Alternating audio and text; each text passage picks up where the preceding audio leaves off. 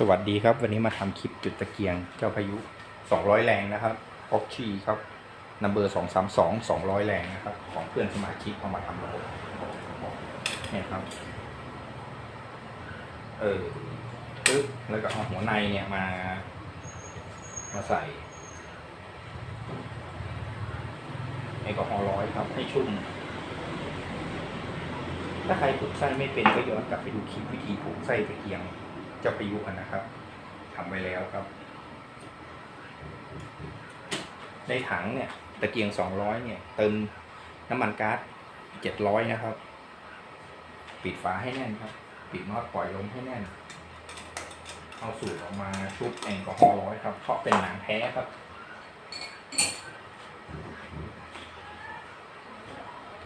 แล้วก็จุดนะครับ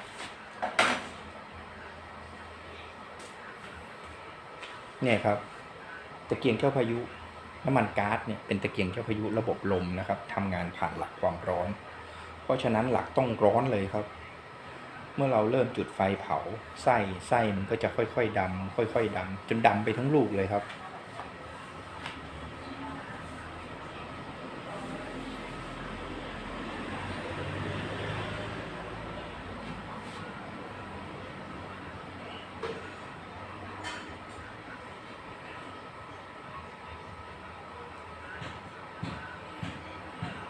จากนั้นก็จะค่อยๆขาวค่อยๆขาวจนขาวไปทั้งลูกเลยครับ แล้ววิธีจุดตะเกียงก็เหมือนตะเกียงกระเช้าเล็กกระเช้าใหญ่ทั่วไปนะครับรอครับเผาไปเลยครับ4 ถ้วยใจเย็นๆครับรออย่างเดียว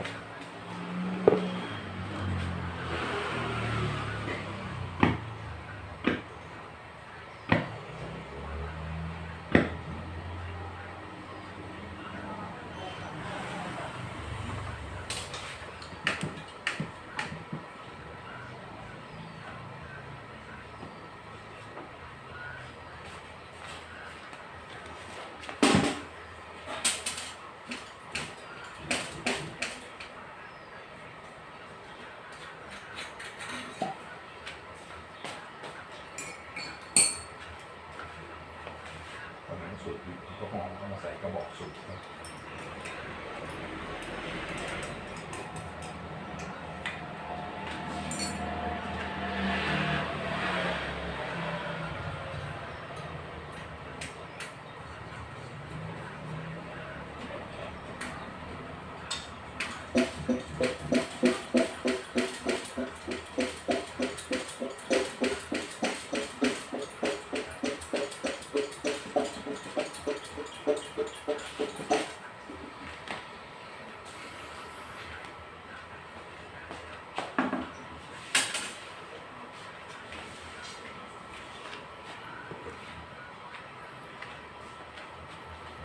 เผาไปแล้วแอลกอฮอล์ใกล้หมดแล้วก็เติมครับ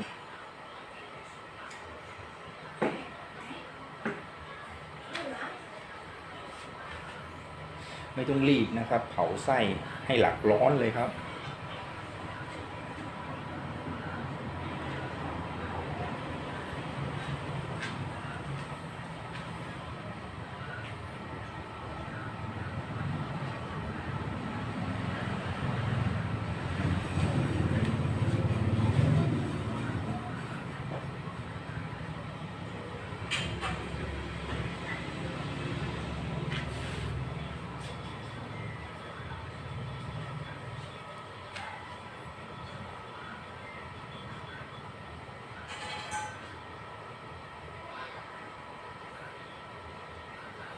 ใจเย็นๆนะครับรอ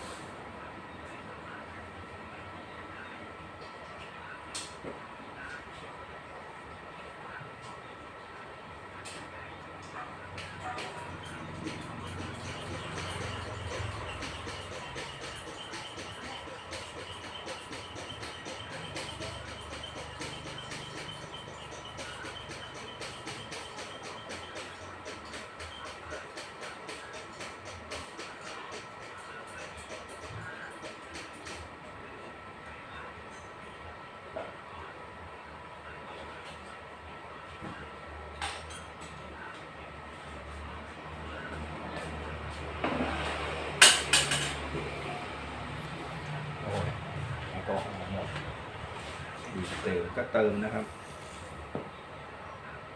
แล้วก็รอครับ ให้มั่นใจว่าร้อนแน่นอนจึงจะเริ่มปั๊มลมนะครับ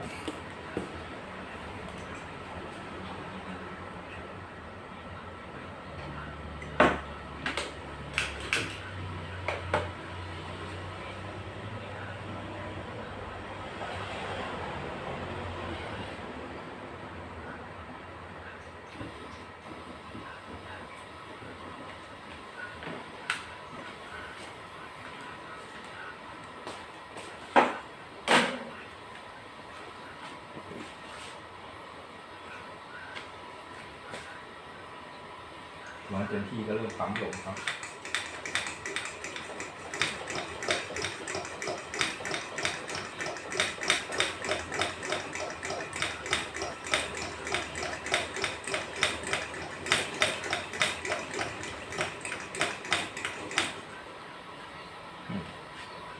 นี่ครับแป้นบิดชี้ขึ้นเข็มขึ้นอยู่ตำแหน่ง 12 นาฬิกาเป็นตำแหน่งปิดนะครับถ้าเราหมุนมา 90 องศาที่ 3 นาฬิกาอยู่ในตำแหน่งเปิดเสียงลมจะเดินไส้ตะเกียงจะติดเลยนะครับเปิดนะครับเสียงลมเดินแล้วครับติดแล้วครับเห็นไหมครับ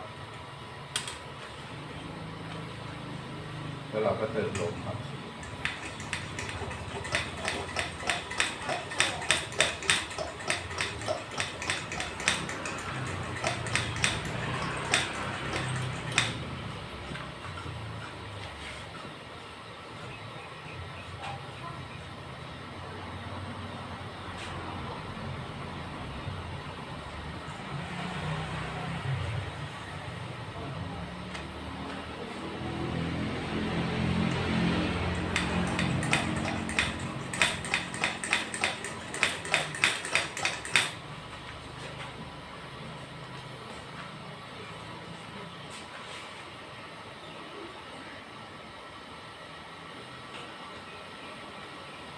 นี่ครับแสงสุกเต็มลูกแล้วครับที่ขยับแป้นบิดไปมาเพราะว่าตะเกียงไม่เคยใช้เลยครับแล้วก็มาทำระบบลมแล้วนี่ก็เป็นการจุดติดครั้งแรกครับของตะเกียงเจ้าพายุลูกนี้สมบูรณ์แล้วครับพาไปจุดที่ไหนก็ได้ครับลูกไฟกลมเต็มลูกแสงนิ่งไม่กระพริบลมเดินเสมอกลับมาใช้งานได้ปกติแล้วครับถ่ายคลิปแจ้งแบ่งปันนะครับขอบคุณครับที่ติดตามคลิปจนจบสวัสดีครับ